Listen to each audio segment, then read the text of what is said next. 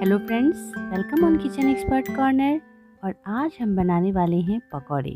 जी हाँ, बिल्कुल करारे और मज़ेदार बारिश में, पर वो बनेंगे एक ख़ास चीज़ से। तो चलिए सबसे पहले डो बना लेते हैं। यहाँ मैंने लिया है बॉयल्ड पोटैटोज़, और उसके बाद लिया है मैंने थोड़ा सा गरम मसाला, आमचूर पाउडर, हल्दी, नमक, अजवाइन, हींग और बिल्कुल भी थोड़ा सा काली मिर्च। अब हम यहाँ पर जो हमारे पास आलू हैं उसके लिए एक टिप दे रही हूँ मैं आपको। इन गरम आलूओं को मैं ग्लास के नीचे के बेस से मसल रही हूँ। ऐसा इसलिए कर रही हूँ ताकि ये आलू काफ़ी गर्म है तो मैं इसको आराम से मैश कर सकूँ और इसमें गुठलियाँ ना पड़ जाएँ। तो बस इसके लिए मैं इसको दबा दबा कर मैश कर रही हूँ। सारे मसाले मेरे पास प्लेट में रखे हुए थे और इन मसालों को मैंने इसमें ऐड कर दिया है। ये देखिए, इस तरह से मैंने सारे आलूओं को भी इसमें ऐड कर दिया है और सारे मसाले को भी। मसाले एक बार फिर से मैं बोल देती हूँ। आज थोड़ा सा गरम मसाला, आमचूर पाउडर, हल्दी, नमक, अजवाइन, हींग और बिल्कुल भी थोड़ा सा काली मिर्च। काफ़ी अच्छे से हो गया है ये। और अब मैं इसको स्पून से मिला लूँगी। इसमें दो चीज़ें मैंने नहीं डाली हैं, वो है आपका हरा धनिया और हरी मिर्च। आप चाहें तो इसमें ऐड कर सकते हैं, क्योंकि मैं इसके साथ जो चटनी सर्व करने वाली हूँ वो काफ़ी तीखी है तो मैंने इसमें थोड़ा स्किप किया है। अब मैं इसमें डाल रही हूँ बेसन, और बेसन डालकर मैं इसको अच्छे से मिक्स कर लूँगी। अगर मिलाने में थोड़ी प्रॉब्लम हो तो ये एक टिप है मेरी तरफ से कि आप इसमें थोड़ा कुकिंग ऑयल यूज़ कर सकते हैं। काफ़ी अच्छे से आप इसको मिला लीजिए। और ये जो पकौड़े बनते हैं और ये जो बारिश में आपका ये स्नैक्स बनता है, ये काफ़ी मतलब करारा बनेगा बिकॉज़ इसमें आलू बहुत हैं। तो आलू के कारण इसका स्वाद भी अच्छा आएगा और इसका टेक्सचर भी अच्छा आएगा। गरम मसाला इसमें एक अच्छा सा फ्लेवर भी देगा। तो अब चलिए, एक पैकेट मैंने लिया है जो हमारी ग्रॉसरी के पैकेट्स होते हैं, उसको ही मैंने साफ़ करके ले लिया है और बिल्कुल एक उसके कॉर्नर में उसको ले जाऊँगी मैं। और जैसे मेहंदी का कोन बनाते हैं ना, उस टाइप से मैं कोन बनाऊंगी और इसको यहाँ से कट कर दूंगी। ऐसा इसलिए ताकि आप इसको आराम से इसकी फ्राइंग कर सकें। ये एक ट्रिक है जो मैं आपको इसमें बता रही हूँ।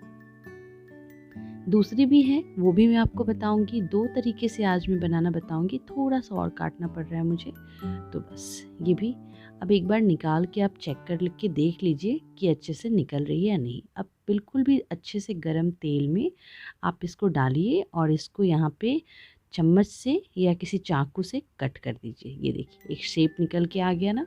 और बिल्कुल भी लो मीडियम करके इसको भूनना है। बहुत जल्दी भून जाता है बिकॉज़ इसमें सबसे बड़ी बात क्या होती है कि बहुत जल्दी पकता है। वो मैंने एक तरीका आपको बताया, और दूसरे तरीका मेरे लिए ज़्यादा कंफर्टेबल है तो मैं इस तरीके से ज़्यादा बनाती हूँ। तो देखिए, मैंने हाथ में थोड़ा सा पानी लगाया है और उससे मैं इसके अच्छे से पेड़े बना लूँगी और फिर इसको दबा के मैं इसमें एक उंगली से होल करूँगी। ये देखिए,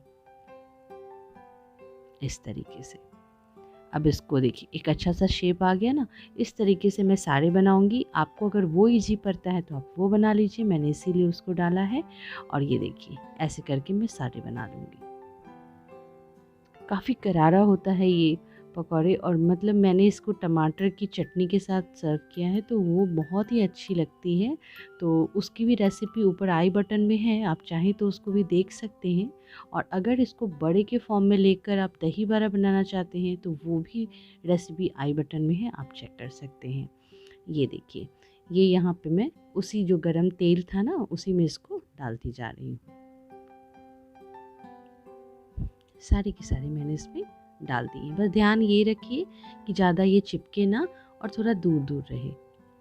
बहुत जल्दी ये पक जाता है क्योंकि इसमें आलू है, आटे का कोई भी ऐसा चीज़ नहीं जिसके कारण इसको टाइम लगे, ना ही कोई दाल है जिससे कि पकौड़े जो हैं वो थोड़ा बनने में और पकने में टाइम लगे। बहुत ही जल्दी बनता है। ये देखिए, कितना अच्छा सुनहरा सा कलर भी आ गया।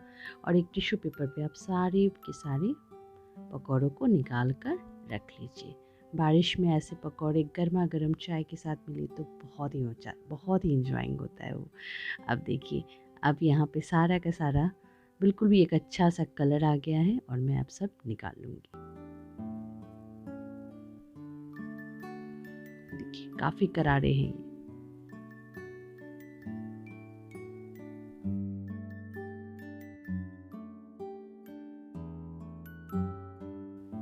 एक टिश्यू पेपर पे मैंने निकाल लिया है और अब बस मैं इसको सर्व कर दूँगी। चलिए रेडी टू सर्व। ये देखिए कितने करारे लग रहे हैं। बहुत ही अच्छी सी रेसिपी है। और बस अगर रेसिपी अच्छी लग रही है तो लाइक कर दीजिए, शेयर कर दीजिए अपने दोस्तों के साथ और सब्सक्राइब कर लीजिए मुझे विथ बेल आइकॉन, ताकि आपको जब भी मैं वीडियो डालूँ तो नोटिफिकेशन मिल सके। आप मुझे फेसबुक और इंस्टा पे भी ज्वाइन कर सकते हैं और ये यहाँ पे सब्सक्राइब का जो बटन आ रहा है इसको दाब दीजिए। Thanks for watching. Bye bye.